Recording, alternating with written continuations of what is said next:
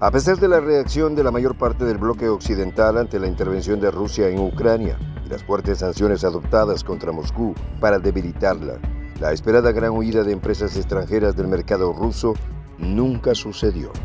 De hecho, y según un estudio realizado en Suiza por una universidad, menos del 10% de las empresas occidentales decidieron cerrar sus operaciones en Rusia, la mayoría de ellas estadounidenses y filiales de baja rentabilidad. Los detalles a continuación.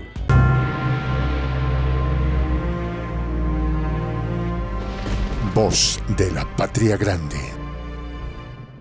A poco tiempo de cumplir un año, el conflicto bélico entre Rusia y Ucrania aún continúa aupado por las potencias occidentales y pese a las fuertes sanciones adoptadas por Occidente contra Moscú, no hubo un éxodo de empresas extranjeras en el mercado ruso.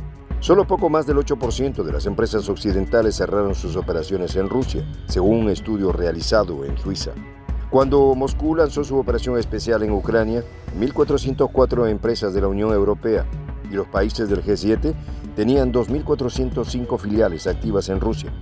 A fines de noviembre y con 9 meses de guerra cumplidos, solo 120 de estas empresas, con 8,5%, habían cerrado al menos una filial en Rusia, todo según la misma fuente occidental. La mayoría de las empresas que se fueron son estadounidenses, pero siguen cerrando menos del 18% de sus filiales. Le siguen Japón con un 15% y la Unión Europea con solo 8,3%. Estos datos contrastan con la narrativa, según la cual está en marcha una gran migración de corporaciones occidentales. Las empresas que abandonaron Rusia tenían una participación general de no más del 6,5% de las ganancias totales obtenidas en el país por las empresas de la Unión Europea y del G7, y al 15,3% de la cantidad de empleados de estas empresas en Rusia, por lo que eran empresas que tendían a tener una ganancia más baja que la cantidad de empleados. Los resultados, según el estudio de la Universidad de St. Gallen en Suiza, cuestiona la voluntad de las empresas occidentales de seguir las decisiones políticas exageradas de sus gobiernos, en particular separando sus destinos de los de las economías de países considerados geopolíticos rivales. Siguiendo el mismo tema, un informe de la consultora NF Group destacaba que, sobre todo, muchas marcas de moda extranjeras seguían activas en el país, con las estadounidenses en primer lugar, seguidas de las italianas y las francesas. Las principales tiendas de ropa y accesorios de importantes productores occidentales siguen, por tanto, operando en las calles más elegantes de Moscú y otras ciudades en las que los centros comerciales, subsanando en muchos casos el bloqueo de las exportaciones directas con las paralelas o con triangulaciones con otros países. Algunas de las empresas que se fueron son las compañías estadounidenses Coca-Cola, Pepsi, McDonald's y Starbucks, las cuales anunciaron su salida de Rusia en marzo del año pasado. Pero no son las únicas. Más de 50 empresas de todo el mundo dejaron Moscú. Entre ellas también se encuentran Google, Visa, Mastercard, Disney, Netflix y varias automotrices. También Heineken, TV Discovery, Universal Music Group, Lycandin, Boeing, Adobe, Intel, Maersk, FedEx, Ericsson, Jaguar, Nestlé, Harley Davidson, HP, Nintendo, Sony, PlayStation y Metro, entre otras. Las redes sociales TikTok y Snapchat restringieron su presencia en el país. Además, la primera impide que el famoso canal de noticias ruso acceda a su material o llegue a ella, y la segunda dejó de operar en Rusia y Bielorrusia. Spotify canceló la opción de pagar por el servicio.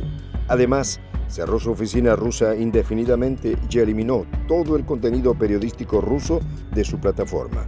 Las salidas confirmadas de empresas extranjeras con sede en suelo estadounidense superaron a las de las empresas con sede en la Unión y Japón. Sin embargo, el estudio muestra que menos del 18% de las filiales estadounidenses han desinvertido realmente. En otras palabras, aunque las empresas estadounidenses han desinvertido en sus filiales con más frecuencia que sus homólogas de la Unión y el G7, menos una de cada 5 empresas han desinvertido realmente hasta la fecha, manteniendo muchas empresas filiales en Rusia. Las 120 empresas que se fueron dejan una huella empresarial comparable a su participación en el total, representado menos del 10% del beneficio total obtenido por sus sedes. Por tanto, la actividad económica en general de las empresas extranjeras en Rusia se ha mantenido en gran medida. Las salidas confirmadas de las empresas occidentales son menos frecuentes en los sectores agrícola y de extracción de recursos que en los sectores manufacturero y de servicios. Los dos primeros sectores con niveles de rentabilidad superiores a la media. La marcha de grandes grupos como Ford, Renault, IKEA, Shell no significa el fin definitivo de su actividad en Rusia. Algunas empresas occidentales han incluido cláusulas de recompra en los contratos firmados con los compradores de sus filiales rusas, como Nissan, que vendió su filial rusa a la empresa estatal NAMI con una cláusula de recompra de 6 años. Por otra parte, la salida de las firmas internacionales ha dejado la ruta expedita a los empresarios locales, que han sabido adaptarse a la situación y han realizado un increíble proceso de cambio de marca de las franquicias previas que ha mudado rápidamente la fisonomía del mercado. El ejemplo más sonado es el de la icónica marca McDonald's. La mítica cadena de hamburguesas estadounidense, al dejar el país eslavo, tenía 850 locales y unos 62,000 empleados. Poco tiempo después de vendida la licencia a un empresario ruso, la nueva cadena estrenó nombre y logotipo para seguir funcionando. Lo mismo pasó con Starbucks, sustituida en el mercado ruso por Star Coffee, que cuenta con más de 130 locales operados hasta ahora en modelo de franquiciados y cerca de 2,000 empleados, pasando a ser propiedad de empresarios rusos.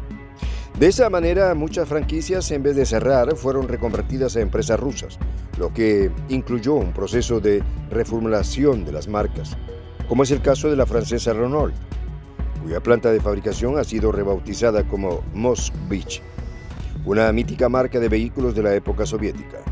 Y mientras varias empresas occidentales se van de Rusia y sufren grandes pérdidas, compañías de otras regiones, en particular América Latina, buscan aprovechar el vacío que se creó para hacerse un hueco en el mercado ruso. En la reciente Feria Agroalimentaria Internacional Prodexpo en Moscú, estuvieron presentes firmas de Brasil y Perú, por ejemplo. El embajador brasileño de Rusia, Rodrigo Baena Soares, aseguró que Brasil tiene condiciones de reemplazar a muchos exportadores de otros países. En los mismos términos se pronunció el asesor comercial de la Comisión de Promoción de Perú para la Exportación y el Turismo en Moscú, Jaime Cárdenas Pérez, quien afirmó que las sanciones contra Rusia no lograron detener los intercambios comerciales bilaterales. Perú tiene oportunidades en Rusia en el sector agroalimentario a partir de la exportación de tejidos de alpaca, entre otros productos textiles y confecciones, específicamente vestimenta, que es un sector muy prometedor para el mercado ruso. Como se puede ver, el mercado ruso sin duda sigue siendo atractivo para exportadores extranjeros, sobre todo de países amistosos, entre ellos los latinoamericanos. Queda por ver si se crean condiciones para que logren aprovechar las oportunidades surgidas. Soy el J, Juan José del Castillo, director del canal Prensa Alternativa. Si quieres ser parte de la comunidad de la Patria Grande, suscríbete a nuestro canal. Si es que quieres que te lleguen las notificaciones cada vez que subimos un video, activa la campanita. Si quieres apoyar a nuestro canal económicamente, puedes hacerlo a través de PayPal. El enlace está en la descripción del video. A nombre del equipo de Prensa Alternativa, me despido con esta expresión en el quechua milenario, Tupananchis Kama, cuya traducción es hasta volvernos a encontrar.